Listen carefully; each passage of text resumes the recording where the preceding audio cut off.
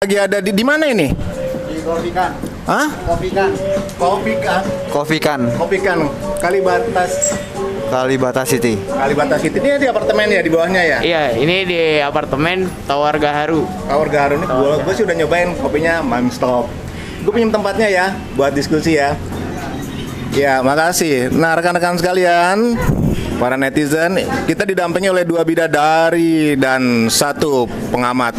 Saya seperti biasa, saya tukang ngulik, tukang ngulik problem yang ada di masyarakatan untuk mencari titik temu bagaimana yang sebaiknya terjadi untuk masa depan Republik Indonesia ini, entah 50 entah 100 tahun lagi. Oh ya, saya sedang didampingi oleh Abah Habib. Abah Habibnya kok unik ya, nggak pakai gamis, nggak pakai sorban yang luar biasa, casual banget ya Abah ya. Ya dong. Iya dong ya. Tidak harus Abah tuh seperti berpenampilan seperti yang seperti layaknya malaikat gitu ya. Nggak seperti itu ya Abah ya. Kali ini Abah tampil casual di sini bersama 2 bidadari kita, nanti akan kita perkenalkan. Di sana ada kita kenal dengan Mak Mbot. Hai, halo. Beliau dari MG.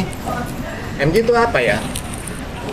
Dulunya emak militan Jokowi Indonesia, sekarang berubah karena sudah selesai kan. Jadi emak Mandiri Jaya Indonesia. Hai, thank you. Kalau sebelahnya, Halo, aku Utami. Mbak Ut ya? Yoi. Mbak Ut ya. Mbak Ut itu seorang yang konsen terhadap dunia pendidikan, tapi seorang ibu rumah tangga juga. Artinya nanti pun akan jadi ibu rumah tangga mewakili ibu-ibu yang lain. Iya. Bahasanya seperti itu ya, Mbak Ut ya? Benar sekali. Ada keresahan tertentu kah? Ya, untuk generasi penerus bangsa. Nanti gue bikin lebih resah lagi, Oke. mau ya? Oh, ya. Boleh.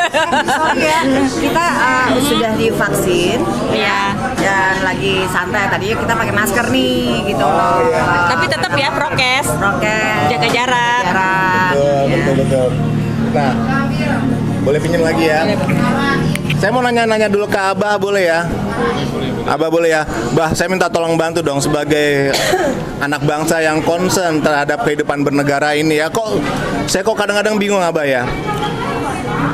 Teroris itu, iya ibu-ibu juga tahu kan, kita sering dengar masalah teroris ya. Kalau kita lihat di sana, ya ini kegiatan ini Indonesia ini indah loh, tanpa perang, semua dalam kondisi damai seperti ini.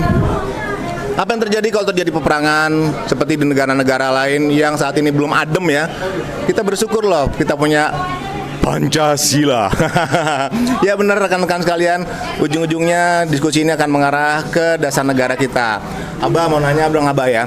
Abah, saya kadang-kadang nggak sadar loh, apakah pemikiran saya namanya Abah Habib Ali Mahdi yang tidak berpenampilan sebagai Habib, sangat casual.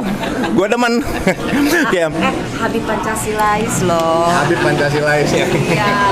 Selalu mendengungkan Pancasila harga mati. NKRI Harga mati, Harga mati. dan Pancasila harga mati. Nggak boleh nawar barang separuh ya, tapi harganya emang udah dibungkus, udah begitu ya, udah paket ya. Oke. Abah, kadang-kadang saya suka berpikiran, apakah saya ini kalau kondisi sebagai rakyat biasa, apakah saya juga ternyata berpikiran sebagai seorang teroris? Saya nggak ngerti tuh teroris itu sebenarnya apa sih pemahamannya. Monggo silakan. Ya, terima kasih. Sebetulnya kalau kita bicara teroris itu adalah kecenderungan setiap pribadi. Abah naikin dikit. Teroris kecenderungan setiap pribadi yang mempunyai masalah keimanan dan masalah ketuhanan. Abah, kenapa bergeser ke masalah keimanan? Teroris kan tindakan, keimanan lain tempatnya dong. Ya kan, teroris itu kan brutal, Oh, tidak punya iman. ada dong keimanannya. Nggak ada. Lah, kalau misalkan satu Salah kegiatan ya? teroris, gue beriman loh. Ya mereka beriman yang salah ya, Bah? Bukan masalah beriman yang salah, tidak punya. Tadi ke Abah dulu nih. Tadi ada pertanyaan Mereka apa dari mereka bukan. Apa tadi pertanyaannya? Pertanyaannya lagi nih, apakah mereka beriman pada yang salah? Iya, maaf kan tadi Abah bilang kan mereka tidak beriman. Iya. Nah, sedangkan mereka merasa bahwa mereka karena melakukan itu karena beriman, Mbak. Gimana tuh, Mbak? Ini Abah, mereka yang saya maksud Abah kok sepertinya pemahaman beriman itu ada dua sisi. Tolong bantu jelasin ya, Bah ya. Ya, jadi begini. Teroris itu bisa muncul karena tidak punya iman. Sebetulnya tidak percaya kepada keadaan alam semesta yang diciptakan oleh Allah Subhanahu wa taala, Tuhan yang Maha Esa, yang mana Tuhan memberikan yang terbaik dan yang terindah untuk hamba-hambanya. Manusia sebagai kasta tertinggi ciptaan Tuhan yang sempurna. Contoh, dengan keadaan yang ada di negeri kita ini turun-temurun dari zaman dahulu kala, sejak Orde Reformasi, Orde Baru, Orde Lama, semua tidak percaya akan keagungan Tuhan, yang mana Tuhan Allah SWT memberikan yang terbaik dan yang terindah untuk hamba-hambanya. Begitu. Iya. Bentar saya mau interupsi dulu. Masih, kita tolong sini dikit boleh. Boleh ya, masih. Ya. Beriman, Mbak. Ya. Berarti ada semacam perbedaan pemahaman ya antara beriman sendiri. Tapi iman terhadap apa? Iman terhadap agamanya kah atau iman pada Tuhan kalau begitu? Iman terhadap Tuhannya, Tuhan Allah SWT. Nah, kalau masalah terorisme tadi berarti beriman kepada apa? Kepada golongannya apa? Kepada agamanya kah atau pada Tuhannya? Beriman kepada hawa nafsunya. Astaga. Abah, kalau gitu saya buru-buru koreksi pemikiran saya. Jangan-jangan saya pun terjebak pada hawa nafsu ya, pemikiran mengenai ini jadinya nuntut terus ke pemerintah nih Abah nih. Memang saya nuntut keadilan, tapi jangan-jangan saya orang yang terlalu penuh dengan komplain jadi nggak bersyukur Abah ya. Lalu saya siap digerakkan untuk jangan-jangan saya bisa jadi tumbal teroris ya Abah ya. Hawa nafsu itu maksudnya seperti apa, Bah? Ya kan seperti ada ketidakpuasan bahwa Allah SWT Tuhan yang Maha Esa itu kenapa sih keadaan negeri kita ini? Iya. Kenapa sih negeri kita ini yang katanya diperintah oleh kelompok-kelompok masa lalu, oknum-oknum masa lalu yang ingin selalu berkumpul dengan kelompok-kelompok oligarki yang selalu dikendalikan oleh oligarki, sehingga kemiskinan itu di mana-mana. Iya. Artinya mereka ini tidak menyadari niat baik republik ini kepada rakyatnya. Padahal kalau nggak salah tingkat kemiskinan kita juga sudah jauh menurun ya Pak, ya sejak pemerintahan dari Pak Jokowi ini gitu loh. Jadi dasar hawa nafsunya karena mereka melihat ketidakadilan, kemiskinan dan segala macam, atau mereka mau maaf ya Bah, mengislamkan Indonesia ini gitu loh. Sedangkan kan kita tahu Indonesia kan terdiri dari Bhinneka Tunggal Ika gitu loh. Apa karena hawa nafsu yang seperti itu akhirnya mereka melakukan hal teroris, Bah? Hal yang paling prinsip ya, negeri kita ini menata semakin hari semakin baik, semakin hari semakin sempurna. Tapi sebuah propaganda sejak pemerintahan Bapak Joko Widodo itu menjalin komunikasi dengan negara-negara bagian timur. Otomatis negara-negara bagian barat itu iri. Khawatir bahwa mereka tidak akan bisa lagi bekerja sama dengan gitu, Indonesia. dengan Indonesia. Padahal pemikiran negara kita ini, pemikiran presiden kita sangat moderat dan terbuka. Bahkan yang didengung-dengungkan adalah kelompok-kelompok tertentu yang mengantikan dirinya dengan globalis, dengan komunis, dengan Syiah, dan dengan kelompok-kelompok apartis. Apartis itu kelompok-kelompok yang partisan. Oportunis ya. Ya. Kelompok oportunis ya. Oke, jadi mereka merasa terganggu kepentingannya, akhirnya mereka membiayai paham-paham teroris itu untuk generasi Indonesia yang akan datang. Jadi mereka tuh udah menanamkan dari awal ya supaya tujuannya kelompok-kelompok tersebut bisa berjaya lagi. Ya. Maunya mereka aja yang dipakai, nggak boleh yang lain gitu. Betul. Oh gitu. Nah, pemahaman ini Bah sebenarnya yang harus kita semua sadari dan mengerti gitu loh. Bahwa ini permainan politik, jangan ikut-ikutan, jangan dijadikan satu antara keyakinan, keimanan dengan politik ini gitu. Ya. Tetapi kan kadang-kadang orang tidak memahami di situ, Kak. Nah, Contoh, yang mohon bertanggung maaf, iya. yang bertanggung jawab akhirnya siapa? Iya, sudah otomatis nih, Ah. ya kan? Kita Yang yang para di rumah dulu ya? yang di keluarga di rumah Ah. seharusnya kan bisa memantau anak-anaknya. Ah, Mohon maaf, misalnya mau ngaji, ah. kita lihat dulu dong cara ngajinya itu seperti apa, Berarti belajarnya gini, di mana. Uut kalau misalkan mau Ya.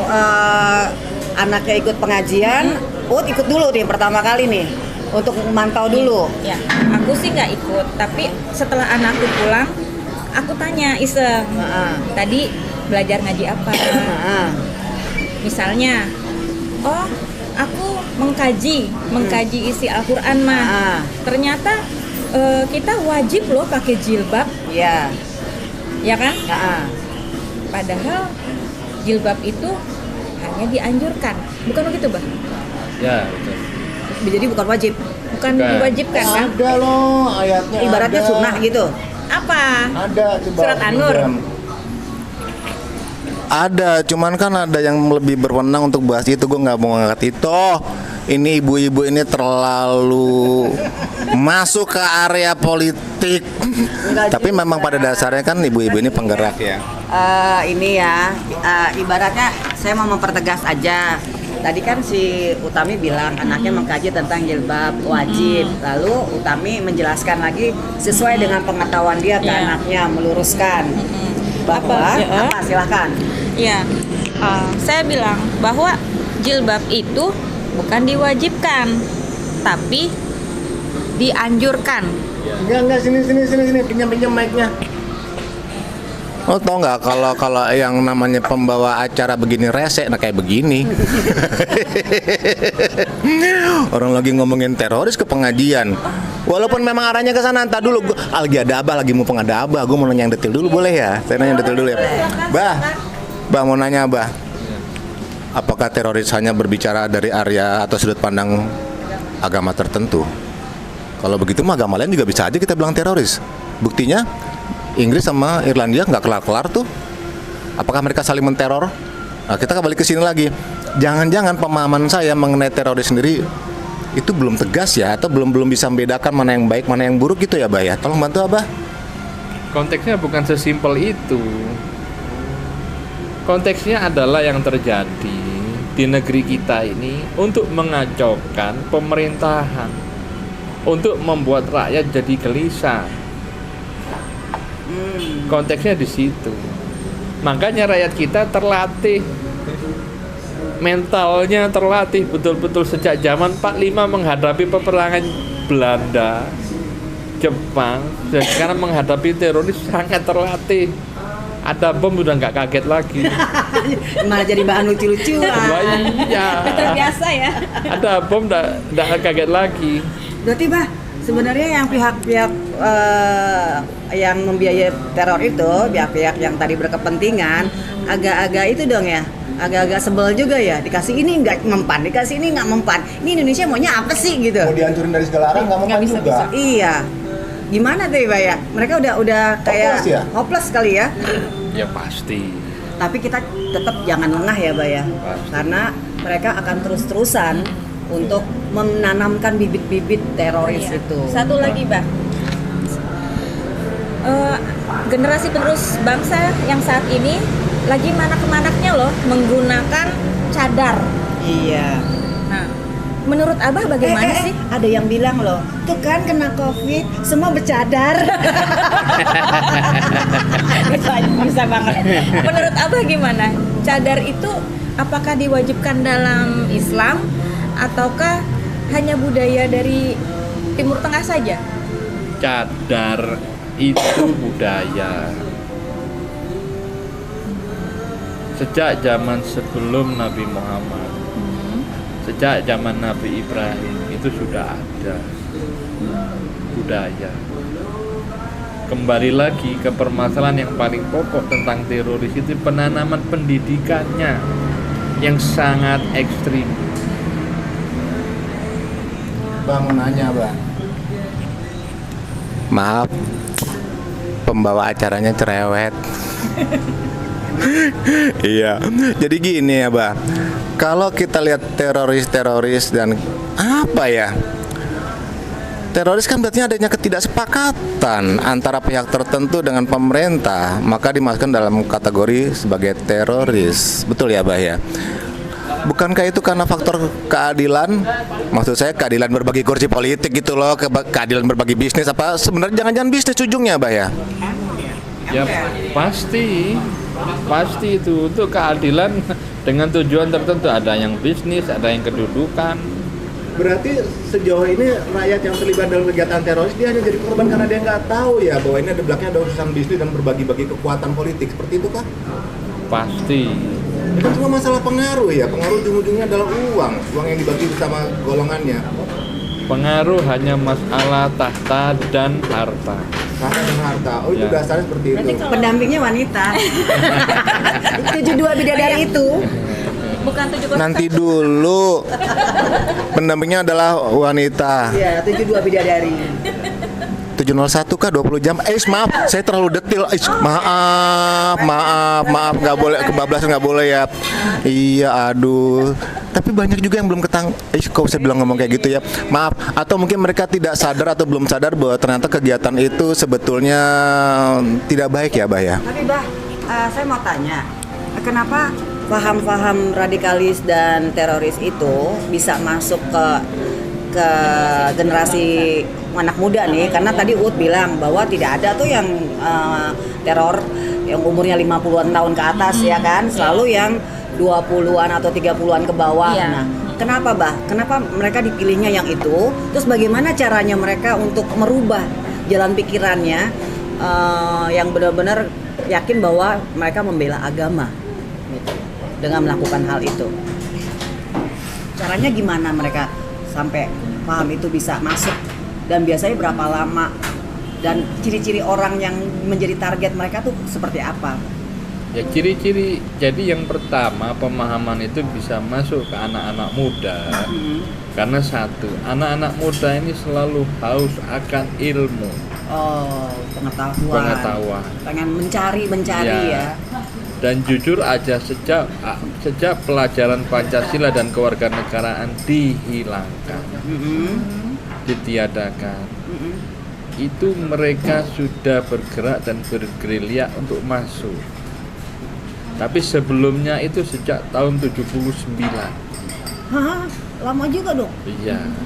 Oh itu kan kalau sebentar saya pinjam sebentar, Abah. Tahun 78 BP7 dibubarin lah, Bah.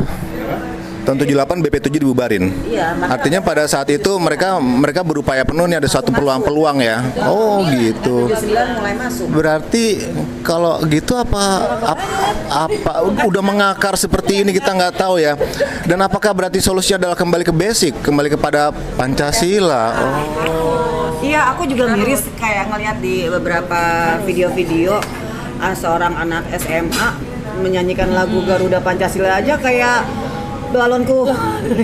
Kadang-kadang Lagu balonku Garuda Pancasila. Tega itu. Mereka nggak sadar bahwa itu melunturkan benar. Pancasila aja pada nggak hafal. Iya. Nah ini kan itu sangat miris loh. banget Nah kayak kalau gini. begini berarti boleh nggak saya menyalahkan pemerintah karena tidak mendisiplinkan pemahaman mengenai Pancasila? Salah dipublish. Iya, Oh. Bah, gimana caranya untuk kita mengembalikan lagi Pancasila seperti sebelum-sebelumnya Iya, Bah. untuk generasi penerus nih? Itu dimulai dari kita sendiri. Iya. Kita buktikan bahwa kita mampu mengadakan pembinaan ke masyarakat kecil. Nah, caranya, Bah? Caranya kita harus semangat menggelorakan Pancasila di pedesaan. Contohnya kayak gimana, Bah? Karena kita aja pengen ya. Iya. Kan di keluarga kita sendiri nih sudah gitu loh. Di keluarga kita sendiri sudah melakukan itu ke anak-anak kita. Misalnya seperti toleransi Iya. gitu ya. Terus gotong royong. Mengamalkan Pancasila Iya. ya. Ya simulasi. Tapi untuk pendidikannya itu yang mulai dari PAUD sampai dengan SMA, Bahkan sampai jenjang pendidikan tinggi ya.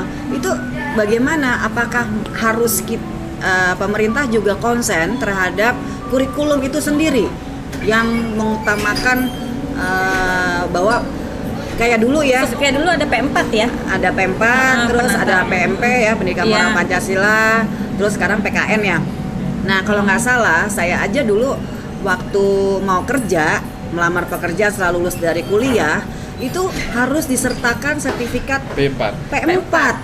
Kalau nggak, dia tidak bisa diterima sebagai pegawai karyawan. Padahal saya bukan ngelamar karyawan pemerintah loh, swasta ya. loh, gitu loh. Nah, apakah itu bisa dijadikan salah satu persyaratan lagi sehingga mau nggak mau generasi muda itu akan ikut gitu loh, mempelajari atau mengambil SKS itu kan di kuliah. Lalu kalau kayak di kalau SMP, SMA sama SD, kalau rapot PMP-nya itu merah, mereka nggak bisa naik kelas. Nah, itu perlu nggak didikan-didikan keras, peraturan keras dilakukan lagi? Aku jawab. Gila ya, yang narasumber siapa yang nanya di sini? aku nanya. Enggak, artinya gua gitu loh. Iya, habis pertanyaannya banyak. Sekarang permasalahan gini, kalau kita kembali ke Pancasila, maka sila keberapa, sila apa yang terkait dengan teroris? Kalau saya tetap sila 1 loh. Karena sila 1 kan kita bilang ketuhanan yang Maha Esa. Ada tauhid, ada tunggal di situ.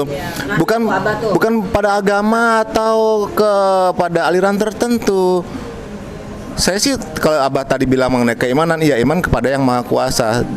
Kalau yang cara menjalankannya bisa jadi A, bisa jadi B, bisa jadi C, bisa jadi D, bahkan bisa jadi teroris.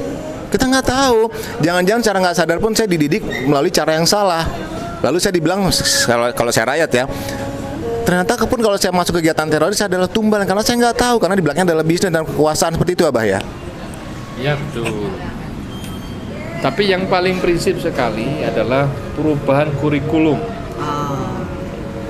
Itu harus bersih-bersih di Kementerian Pendidikan dan Kebudayaan, Riset dan Teknologi. Iya, setuju.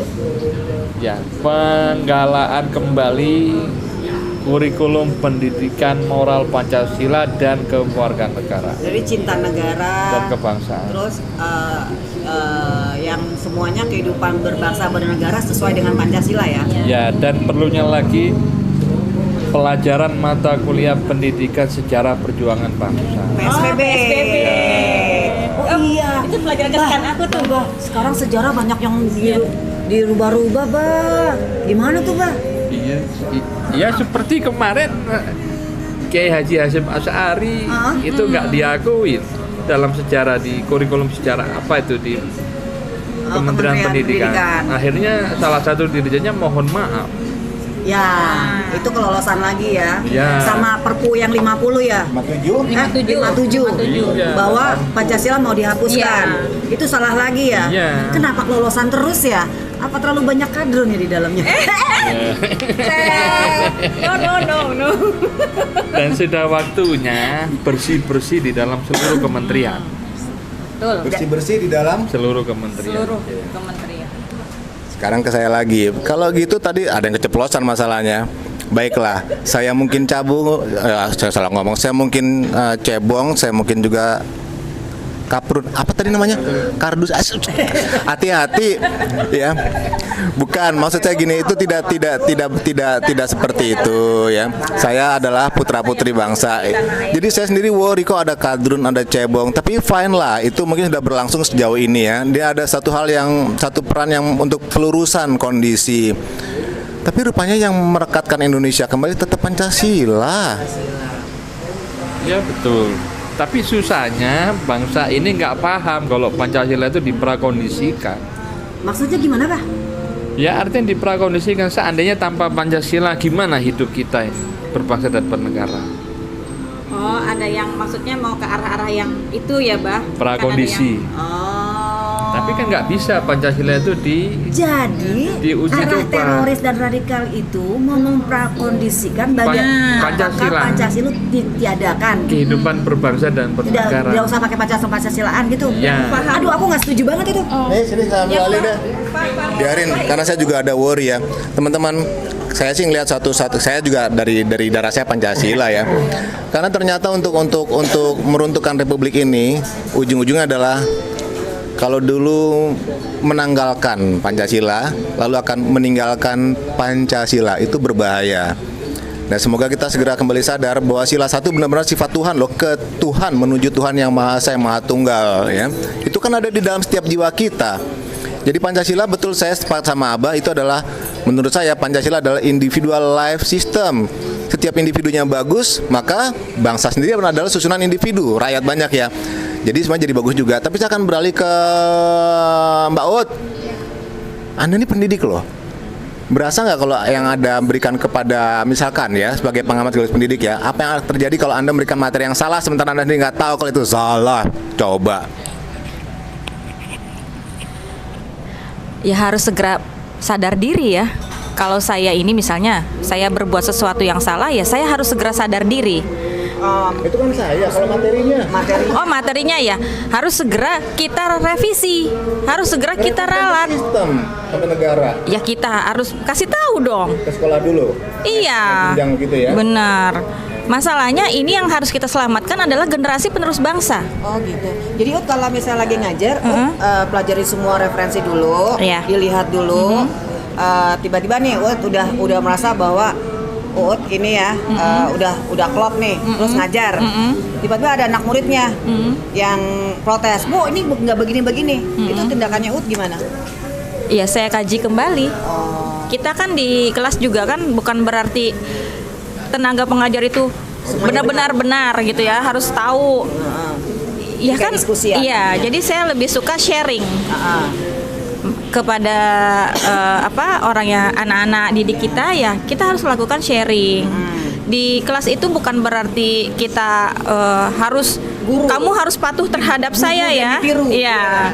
Kamu harus patuh terhadap saya ya. Kalau nggak nilai lo, iya, ini nih. saya tidak mau seperti Oh, itu. gitu. Jadi kalau bisa kita berusaha mengajar sejarah itu, belajar sejarah menjadi sesuatu hal yang sangat menyenangkan. Karena dari sejarah, dari belajar sejarah itu kita bisa mengetahui segala hal. Oh, tadi Tapi aku Mambut bilang atas sejarah banyak belok-belok. sejarah tuh kadang-kadang Bajai. gue suka ngelihat di YouTube ya, sejarah ini satu tema tapi beda-beda gitu loh. Jadi bingung yang mana nih yang benar gitu. Aku punya jawabannya sebelum ke Abah ya. Silakan. Bah, mau tanya satu pendapat ya. Kalau ngerusak satu bangsa katanya nih ya, sejarahnya dulu kita rusakin. Gitu ya. Dihancurin dulu buktinya dulu ya, diputus hubungan dengan leluhur nih. Terus kemudian alat bukti sejarahnya dihilangin. Jadi si anak bangsa itu kebingungan. Jangan-jangan saya pun termasuk generasi bingung ya. Di Pancasila kagak ngerti, apalagi yang namanya PKI. Saya lahir tahun 69, PKI 69. tua ya? Udah tua ya, terus PKI ini tahun 65. Gimana gue ngerti? Gue nggak tahu apa-apa, tiba-tiba gue harus anti PKI. Komunis tuh apa? Gue nggak ngerti. Gue ini korban sebenarnya. Saya ini bingung. Emang lo lahir tahun berapa? Jangan-jangan lo generasi bingung juga. 17 ya. Saya mau nanya ke Abah ya, Bah ya. Kalau semuanya tadi merasa benar si teroris tadi itu ya, merasa benar ya, Bah ya. Apakah mereka sebenarnya benar-benar tahu atau mereka sebenarnya nggak tahu kalau mereka itu salah? Mereka sebenarnya tahu kalau mereka itu salah. Si pelakunya Tahu. Terus kenapa masih melakukan? Tahu karena posisinya itu adalah posisi mereka itu diprakondisikan untuk berperang melawan negara. Abah, maaf langsung saya cut ya. Berarti secara nggak sadar orang-orang seperti saya ini bisa jadikan tumbal atas nama teroris. Yang sebenarnya saya pun nggak tahu ternyata itu ada kegiatan teroris dan saya jadi tumbal. Kalau saya main telak-telak aja nerima pendidikan dari yang saya nggak sortir gitu loh. Ya kan sekarang kalau bisa dikatakan tumbal itu tujuannya, pemahamannya sudah jelas tahu karena mengikuti sebuah kegiatan yang salah. Tapi bukannya mereka dihipnotis, Pak? Itu cara prosesnya betul jadi Jadi mereka nggak sadar gitu loh, Iya. nggak tahu. Terbuai. Jadi mereka ini semua rata-rata berproses menjadi seseorang yang mencari jati diri untuk membela kebenaran. Lah kebenaran yang mutlak itu mereka itu terkontaminasi dengan paham-paham yang ekstrim. ekstrimnya adalah apa? Menganggap semua keadaan itu adalah kafir. Oke. Menganggap semua keadaan kafir. Dan ini juga Paham mereka lah yang paling benar lah. paham mereka yang paling benar. Dan keadilan itu bisa diperoleh dengan cara memperjuangkan dari sisi agama. Oh. Semua bersuara, semua berteriak, pemerintah tidak adil. Pemerintah tidak adil, pemerintah kejam. Terus Mbak, Nah, kekejaman itu dasarnya dari mana? Pemerintah itu kejam sama rakyat itu dasarnya dari mana? Pemerintah tidak adil dalam sama rakyat itu dasarnya dari mana? Apa kelompok-kelompok itu minta keadilan? Kelompok-kelompok itu minta eksistensi diakui sama negara. mungkin kali ya maksudnya. Nah, negara itu mengayomi sekian ratus juta rakyatnya Iya. dari berbagai macam agama, suku, dan kebudayaan. Lah eksistensinya itu gimana? Mereka mau diakui dari sisi apa? Apa terus kelompok-kelompok suci itu minta diakui, minta dijadikan raja? Kelompok-kelompok yang disucikan. Kan ada juga Bang, mereka selalu mengatasnamakan equality before the law. Nggak ada itu. Equality before the law itu untuk mereka pribadi yang mereka HAM itu yang mereka yang merasa diperlakukan tidak adil hanya karena untuk tujuan tertentu. Sementara kalau kita kan maunya equality before the law itu bagus ya, tetapi tolong dong jangan hanya untuk yang sepihak saja gitu. Iya. Ya kita maunya ya untuk seluruh rakyat Indonesia. Contoh seperti ada kasus ya yang dulu di daerah sana, Daerah timur. iya daerah timur sana orang yang berbeda keyakinan kemudian dihabiskan nyawanya. Nah itu HAM-nya Iya. kemana? Bagaimana? Equality before the law-nya di mana gitu? Iya.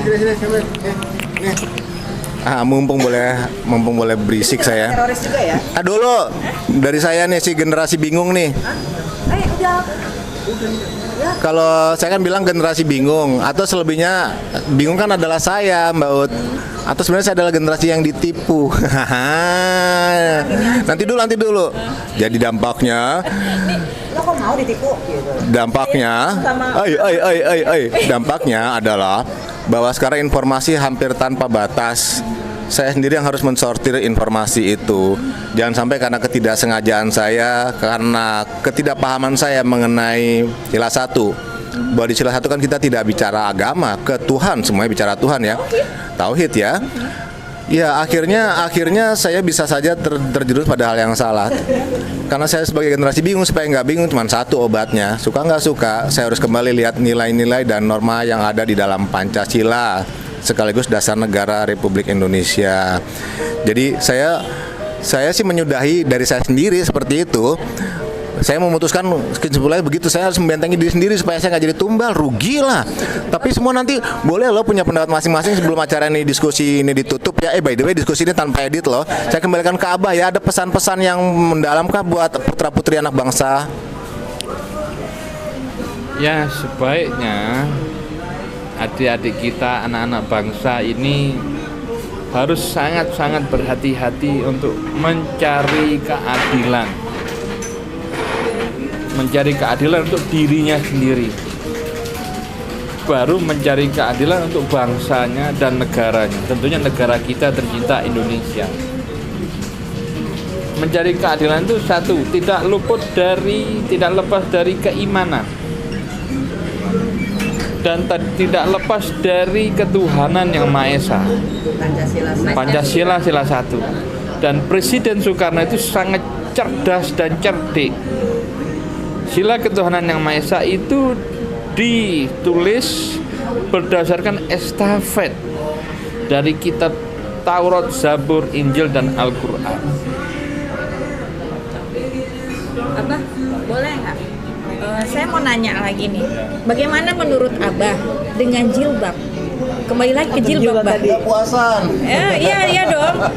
Jilbab itu kalau menurut Abah wajib atau dianjurkan? Jadi Kalau menurut letterlux di dalam Al-Quran itu menutup aurat itu wajib Ya. bagi seorang muslimah dan seorang muslim. Ya. Tapi berkaitan dengan jilbab, memakai jilbab itu menjadi sebuah keharusan jika keadaan diperlukan. Contohnya, Mbak? Contoh misalnya buat seorang wanita yang sudah menikah dan diperintahkan sama suaminya memakai jilbab. Tapi memakai jilbab itu tidak boleh sehelai rambut pun kelihatan. Jadi harus yang rapi ya, Mbak ya? Harus yang rapi. Wah, aku nggak Dan harus berperilaku yang baik, mencerminkan seorang soleha yang betul-betul dekat kepada Tuhan yang Maha Esa, Allah SWT. Berarti tidak hanya berjilbab di luar, tapi di hati juga. Di hati Iya. juga ya. Luar dan dalam ya. Ya. Betul. Bukan hanya busananya saja ya, saudara-saudara harus diingat itu. Bukan hanya busananya saja. Marah. Tapi dari busana ditutup ya kan, di luar ditutup, di dalam pun harus ditutup. Sini kembali ke saya deh. Dalam kaitan ini maka saya menjilbabi pikiran saya supaya benar deh. Ya. Jangan sampai gua salah ke teroris. Rugi gua hidup cuma sebentar salah berpihak. Ya. Mendingan gua berpihak pada Pancasila deh. Di sana ada negara, ada kita juga putra bangsa. Nah, sekarang saya mau tanya dari segi persepsinya ibu rumah tangga yang punya putra putri juga nih. Worry nggak sih lo kalau anak lo tanpa Pancasila? Worry banget, gue worry banget, benar-benar. Gue ngerasain Pancasila itu sangat berguna untuk kehidupan berbangsa dan bernegara, juga untuk kehidupan sehari-hari gitu loh. Apalagi kan kita ini ya Bhinneka Tunggal Ika, bermacam-macam orang, teman, sahabat dari segala macam golongan. Pancasila itu yang paling bener deh. Dan gue berusaha juga untuk mengajarkan dan mencontohin nih anak-anak gue bagaimana berkehidupan yang berpancasila. Pokoknya gue minta pemerintah jangan sampai hilang tuh Pancasila dari segi pendidikannya atau dari penerapannya deh. Bangsa dan negara ya. Tapi setuju sama bentuk posko terpadu. Posko Pancasila terpadu. Iya, posko Pancasila terpadu. Posko pendidikan Pancasila dan kewarganegaraan terpadu Nah, di perdesaan. Di setiap RT ya? Di setiap RT, Oh, ya, setiap ide RT. apa? Ide. Ya. Ide bagus nih, Kan Mbak. kadang-kadang di sini ada posko apa tuh kalau di Jakarta Posko peduli banjir. posko peduli banjir, Posko terus peduli COVID. peduli COVID. Yang namanya banjir sama Covid lebih peduli mana sama Pancasila? Pancasila dong. Kalau Pancasila benar ngurusin banjir, Nah, benar ngurusin Covid ini benar, setuju ya? nih, setuju nih. Idenya Abah Idenya. brilian. Sampai ke pemerintah jangan, Sampai Siapa yang meluncurkan idenya siapa? Abah. Baiknya di Posko lingkungan mana itu? peduli Posko peduli Pancasila. Peduli Pancasila terpadu. Posko Pendidikan Pancasila dan pendidikan secara perjuangan bangsa secara terpadu. Jangan ini, begini gini aja, Bah. Posko peduli Pancasila terpadu. Nah, jadinya yang namanya pada Ini di lingkungan mana dulu? Di lingkungan mana? RT ya? RT ya? Ya. Keluarga dulu dong. Jadi kayak Posko itu di luar, kayak kan? pos Oh, iya, kayak posyandu juga dah. Boleh kan? Iya. Yang lebih akrab semuanya ya? Iya.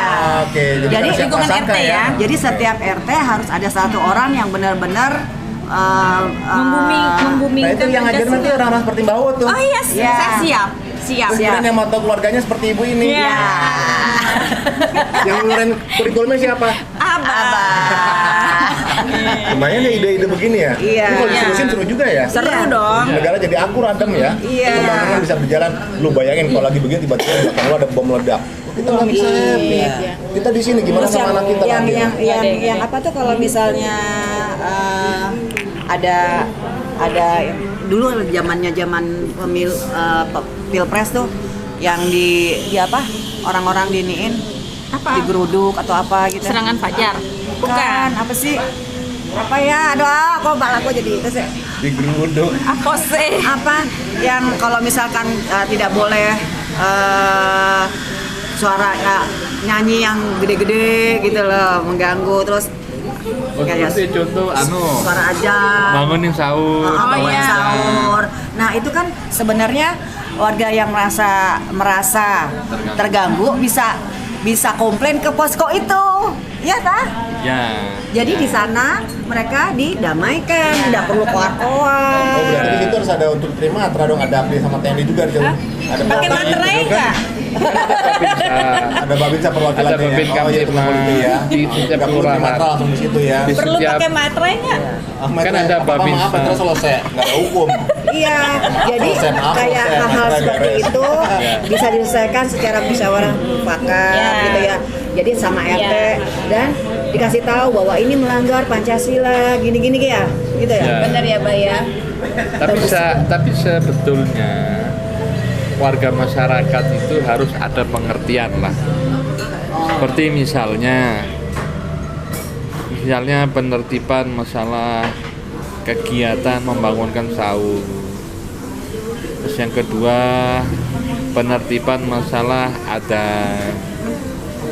Semuanya itu kan bukan jadi satu masalah kalau disadari harus tertib.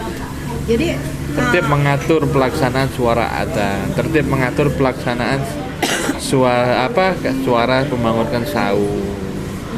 Jadi kan nanti isinya posko itu tuh, jadi aku tertarik banget nih sama poskonya nih kayaknya. Jangan sekarang deh, kita Enggak, lihat itu deh. isinya seperti apa? Enggak, itu sama aja Pertemuan berikutnya kita bahas. Oh iya, boleh. bener ya. Boleh.